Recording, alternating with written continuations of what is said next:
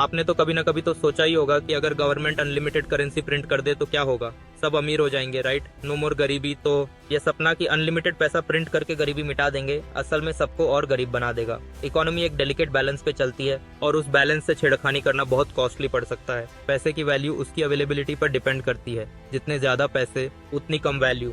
No more financial tension. Sounds like a dream, है ना? But reality is different. चलिए देखते हैं। इमेजिन करो, एक दिन आरबीआई कहता है, बस अब हम इतने पैसे प्रिंट करेंगे कि हर एक सिटीजन करोड़पति बन जाएगा। खुशखबरी, राइट?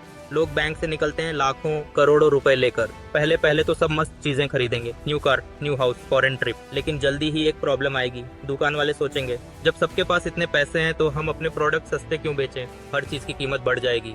जो सब्जी कल 50 की थी वो आज 500 की हो जाएगी। पेट्रोल 100 से 1000 हो जाएगा। इस हालत को कहते हैं इन्फ्लेशन, यानी महंगाई। क्योंकि मार्केट में पैसा तो बहुत हो गया है लेकिन चीजें उतनी ही हैं। आप एक दुकान में जाते हो 10,000 का एक पैकेट कुरकुरे खरीदने के लिए, बट शॉपकीपर बोलेगा भैया 1 लाख दो तब मिलेगा। जो लोग अपनी सेविंग्स पे निर्भर थे उनकी सेविंग्स की वैल्यू बिल्कुल खत्म हो जाएगी। इमेजिन करो, आपके पास 10 लाख है बट अब उसकी वैल्यू 1000 जितनी भी नहीं रही।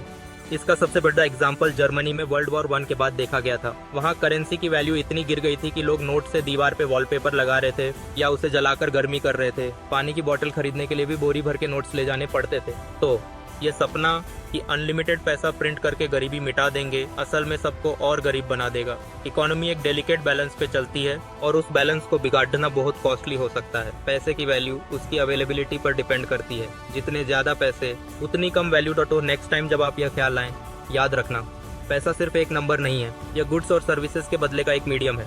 उसकी इज्जत करनी पड़ती है।